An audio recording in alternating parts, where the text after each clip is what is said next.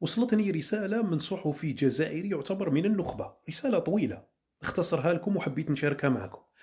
في معناها يقول: والله من العيب والعار أنه لما تشوف الإعلام الفرنسي يتكالب على الجزائر وانتوما ك زعما مؤثرين وكذا وتطرحوا مواضيع، أنك ما توقفش مع بلادك، بالعكس تزيد تعاون الإعلام الفرنسي. شوف، أنا كنت قادر نرد عليك برسالة كيما اللي بعثتها لي، ولكن أحبذ أنه يكون الرد في فيديو لك ولغيرك واللي يفكر كيما نتايا. أنا أعتبر والله يا الشعب الجزائري ويا الصحفيين ويا البرلمانيين، أعتبر أن هذه فرصة جليلة وفرصة ولا أروع قدمتها لكم فرنسا من طبق من ذهب، أنكم تحاسبوا النظام الجزائري على الثروات الضخمة والأملاك اللي يملكوها المسؤولين الجزائريين في فرنسا. فرنسا تنتظر من الشعب الجزائري أن يعطيها الضوء الأخضر فقط، هذا ما كان، وأن يبحث، ماشي تولي مع فرنسا ولا تولي حركي ولا. افهم يا بوقوقو، افهم. قال فرنسا راكي تدعي بانه تملكين ملفات لعقارات واملاك بملايير الدولارات لمسؤولين جزائريين على اراضيك في فرنسا، وارصده بنكيه واموال في الحسابات البنكيه في فرنسا، وابناء المسؤولين كلهم يملكون شقق ويملكون فيلات في فرنسا وشركات فواتير لفنادق ومستشفيات خاصة على عاتق الدولة. نحن كشعب جزائري، خاصة الجالية الجزائرية المقيمة في فرنسا، يخرجوا في مظاهرات يطالبون فرنسا أنها تكشف للشعب الجزائري هذه الأرقام وهذه الأموال والأسماء تاع الناس الفاسدين، وتعري النظام الجزائري. هذا طبق من ذهب قدمتهم لكم العجوز فرنسا كي تنتفضوا أيها الحمقى والمغفلين. هذا الإنسان هو وولاده بأي حق يعيش الفخفخة والرغد، وطفلة صغيرة في مناطق الظل ما عندهاش صباط باش تروح تقرا في ليكول؟ بأي حق؟ مقبل نشوف يا الرب العالي في واش يقولوا له اوطوروت شرق غرب، الكوتي تاع الشلف وهذوك لي زونفيرو، ناس تموت اوطوروت مكسره. ايماجيني واحد يمشي غير 100 كيلومتر في الساعه يتقلب هو وعائلته ويموتوا كاع كيما راهم، باسكو نتوما تتنقلوا في الكوبتر وتتنقلوا في الطائرات الخاصه، واصلا ما تستعملوش طرقات، لانكم يعني من المراديه ومن العاصمه مباشره المطار هو بومدين الى فرنسا. وكي تدور وراهم. شوف غير الحكومه الاولى تاع تبون، هذاك عبد العزيز جراد وهذاك وزير التجاره ولا وزير الصناعه اللي كان يستهزأ بكم تاع السيارات، وراهم كاع راحوا لفرنسا. شوف يكتبون اكثر رئيس جمهوريه اقال وزراء وحكومات. اعطي لي وزير واحد من اللي عينهم تبون ثم اقالهم راهو عايش هنا في الجزائر، ولا يستضيفوه في البلاطوهات، ولا جارك ولا عايش معاك في الجزائر، ولا كامل يروحوا لفرنسا. والله العلي العظيم هذه فرصة لن تعوض، لأنه هذا النار هذه وهذا وش يقولوا الحرب الإعلامية راح تطفى، لأنه النظام الجزائري سيبيع ما تبقى من ثروات الجزائر كي يكمم أفواه الإعلام الفرنسي، ويحاول جاهدا أنه يطوي الصفحة هذه باش ما يزيدش يتفضح أكثر وأكثر. ما لا ضربوا الحديد مادام سخون، باش تعرفوا حجم الفساد اللي زاد في وقت تبون اضعاف مضاعفه. وتشوفوا هذا اللي شنقريحه اللي ظلوا يكتبوا لنا هنا في التعليقات ويسموا رواحهم به في تيك توك شنقريحه وكذا منا. تشوفوا هذا فقط شنقريحه، هو وبناته وولاده واش يكسبوا في فرنسا، ناهيك عن باقي الجنرالات، ناهيك عن باقي الاسماء اللي ما تعرفوهمش. راه كثير من الضباط اللي ماشي معروفين في الساحه، ولكن فرنسا تعرفهم واحد واحد. فرنسا تملك ملفات ثقيله عليهم، ولكن للأسف شعب غامل، شعب مغفل، شعب يعتقد أنه مازلنا عايشين في وقت ديغول والمستعمر والمجد والخلود لشهدائنا الأبرار.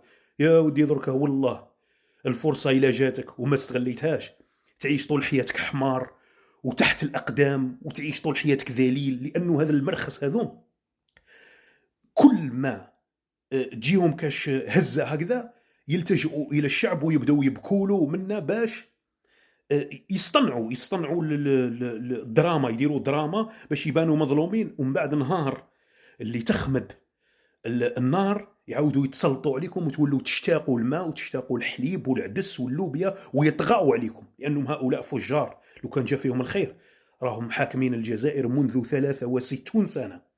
ما شفتوش معاهم نهار شباب في حياتكم، وتتمناو تركبوا في البوطي وتروحوا تعيشوا عند فرنسا.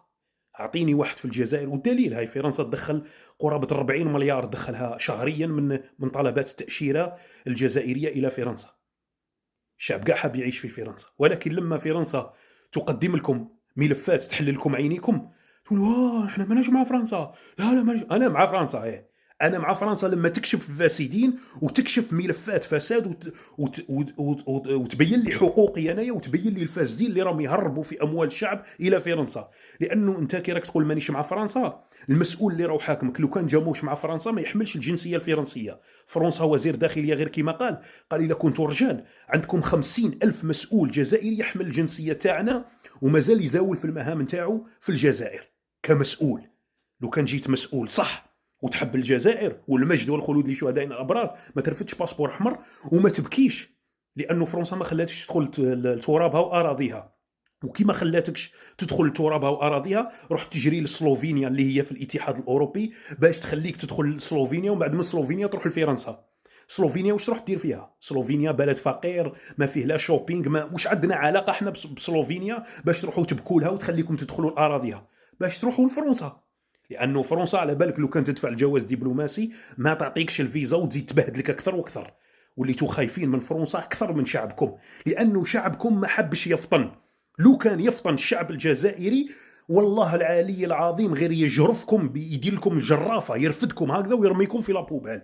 ولكن الشعب مازال راقد، الشعب مازال يامن بالغوله ويامن بالبروباغندا. وهذه نتاج ماذا؟ نتاج الغلق. غلقتوا على الشعب لسنوات ما خليتوش يحل عينيه. الشعب ما خليتوش يتنفس. لو كان الشعب يتنفس شويه حريه فقط، وشوفوا غير البريود هذيك تاع الحراك هذيك تاع 10 شهور، الشعب كي يتنفس غير شويه حريه وشفنا من عقول وشفنا من ناس صح تستطيع القياده. لانه غير بيريوده صغيره تفتحت الجزائر واصبحت كاين حريه. ايماجينوا لو كان هذه الحريه هذه عشناها مده 60 سنه كيفاش راهي الجزائر الان. ولكن للاسف الشعب مانيش عارف انايا شغل مسحور ولا مغيب ولا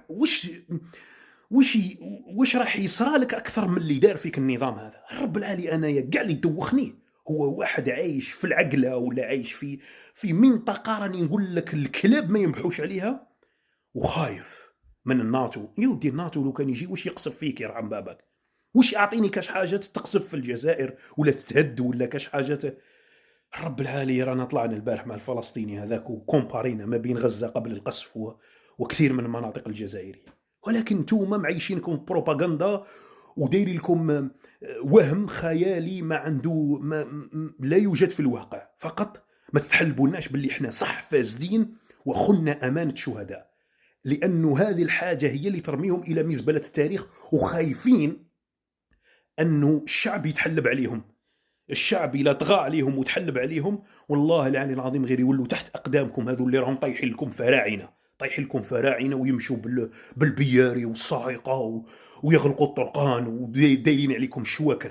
إلا ما ذليتوهمش انتوما والله العلي العظيم غير يطغاوا عليكم ويقعدوا طاغيين عليكم ويورثوا السلطة أبا عن جد. ورانا نشوفوا يورثوا وزارة الداخلية، يورثوا وزارة الخارجية لولادهم، يورثوا وزارة الصناعة لولادهم، يورثوا سوناطراك لولادهم. يعني يورثوا في المناصب أبا عن جد. يروح هو يخلي ولاده. يعني ما يخلوكمش تتنفسوا ولا توصلوا ولا تولوا انتوما أصحاب القرار يوما ما. تجي تقول لي انت يا فرنسا نوقف مع بلادي ضد فرنسا. شكون هي بلادي؟ تبون وشنقريحه وفلان وفلان فلان نوقف معاهم على جل انهم حبوا يفضحوهم بانهم فاسدين. يا رب العالي.